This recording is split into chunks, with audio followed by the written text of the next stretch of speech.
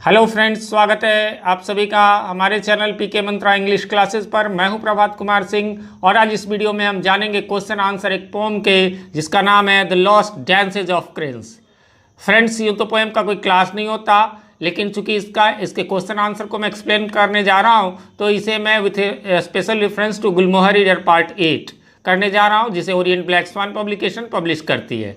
बाकी पोएम का तो कोई क्लास नहीं होता, एक ही पोएम कई क्लासेस में पूछे जा सकते हैं। एक जरूरी बात, यदि आप इस पोएम को लाइन बाय लाइन हिंदी में समझना चाहते हैं तो उसका एक्सप्लेनेशन वीडियो मैंने ऑलरेडी अपलोड कर दिया है, उसका लिंक यहाँ आई बटन में है और साथ में डिस्क्रिप्शन में भी है।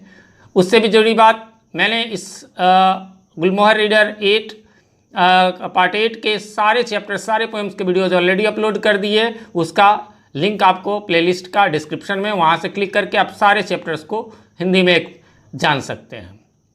चलिए, और इससे पहले कि मैं इसे शुरू करूं, मैं चाहूँगा आप एक लाइक हमारे इस वीडियो को जरूर कर दें, इससे हमारा इनकरेजमेंट होता है। और चलिए अब चलते हैं अपने स्क्रीन पर और जानते हैं इसके क्वेश्चन आंसर्स को। चलिए, तो ये रहा पोएम 2 है ये, the lost dances of cranes, Juliet Wilson के द्वारा।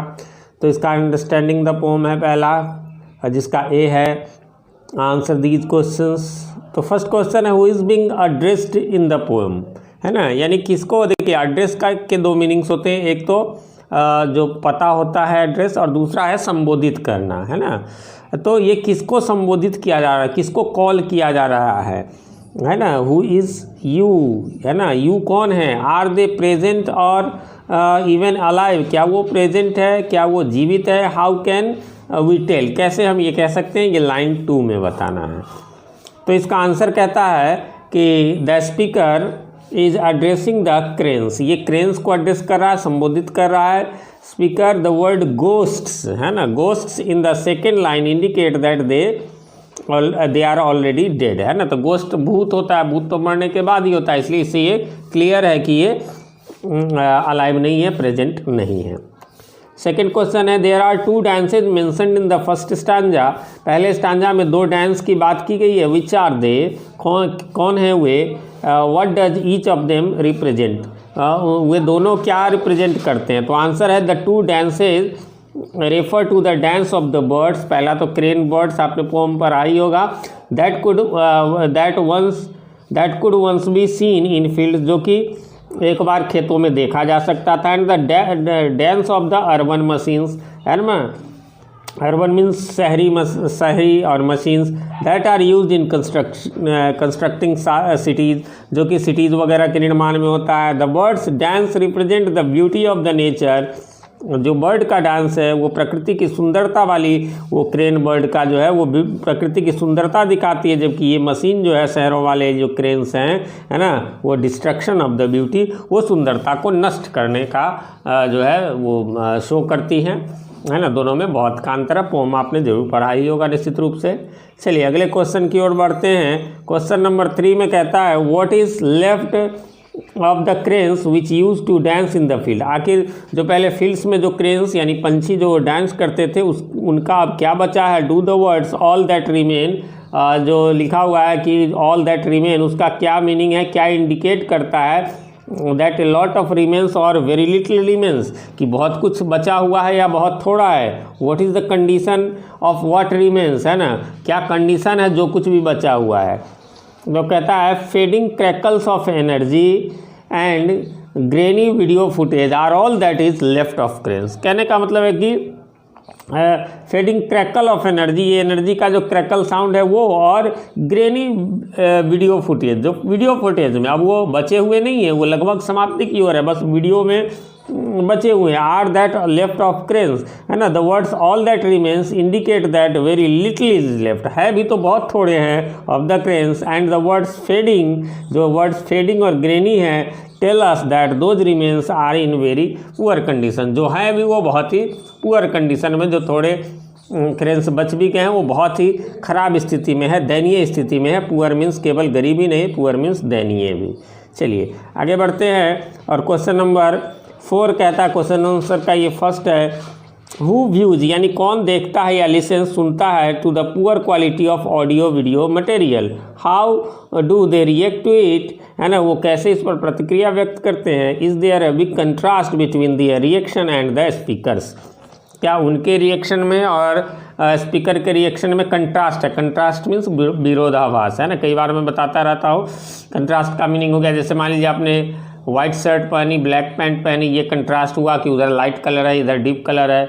दूसरा मैं एग्जांपल दूं, Ram is tall but Shyam is small, कि राम तो लंबा है लेकिन श्याम छोटा है, ये भी कंट्रास्ट दिखा रहा है, यानी अपोजिट जो शो करते हैं कैरेक्टर में। चलिए, तो आंसर कहता है the people in the new cities watch the video, जो नए शहर के लोग हैं वो वीडियो देखते हैं, and Marvel at the beauty of the natural world, वो जो है नेचुरल वर्ल्ड के ब्यूटी पर वो आश्चर्य करते हैं, मार्वल करते हैं, दैट द क्रेन्स इनहेबिटेड, खास करके वो जो क्रेन्स कभी रहते थे उनको देख करके। इन कंट्रास्ट, जबकि इसी कंट्रास्ट में द स्पीकर मॉर्न्स, है ना, वो शोक व्यक्त करते हैं, मातम व्यक्त करते हैं। मॉर्न मीन्स, है ना, the loss of the cranes and the rest of the natural world, और क्रेन्स के अलावा जो भी नेचुरल वर्ल्ड है उनके खो जाने का इनको दुख है। ये देख कर दुख होता है कि अरे ये कभी हमारे पास थे, आज चले गए। बट लोग जो है, शहरी लोग जो है, वो कंट्रास्ट इसी को देख करके खुश होते हैं, उसी वीडियो फुटेज को देख के खुश होते हैं, अरे अच्छा ऐसा था पहले।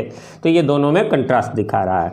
आगे है कि answer this question in detail दिया हुआ है, इसमें लाइन दे दिया गया है, the speaker obviously admired the dancing cranes when they lived, जब वो रहते थे उसकी वो डांसिंग को ये एडमायर करते हैं, प्रशंसा करते हैं speaker. Now the city dwellers watch documentaries, उस पर बनी हुई डॉक्यूमेंट्री फिल्म्स देखते हैं, and Marvel at the wonder of the world one side, जो एक समय में जो दुनिया थी उस पर वो वंडर करते हैं। तो इसी से रिलेटेड अब क्वेश्चंस यहाँ पर दिए गए हैं, है ना।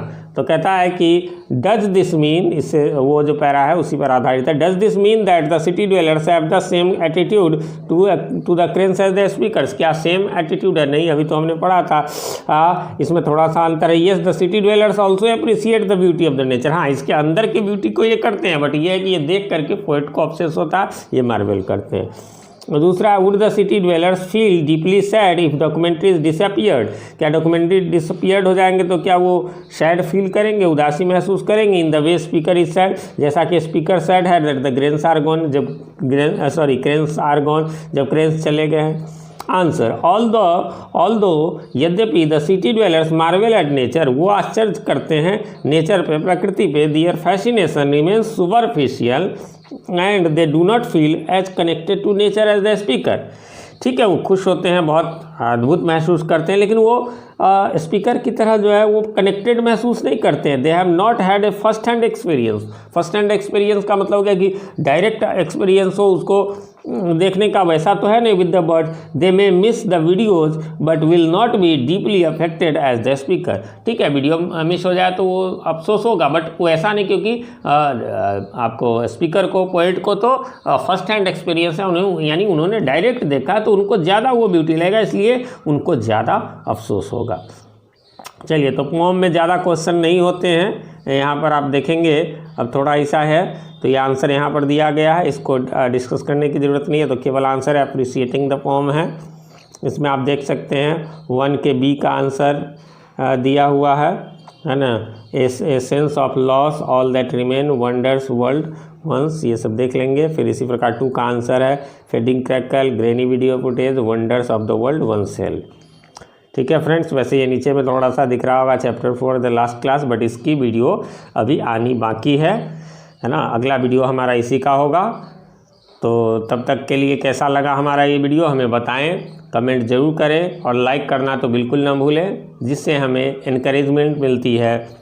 कैसा लगा हमारा वीडियो कमेंट करके ज़रूर बताएं। Thanks for watching, have a very very nice day.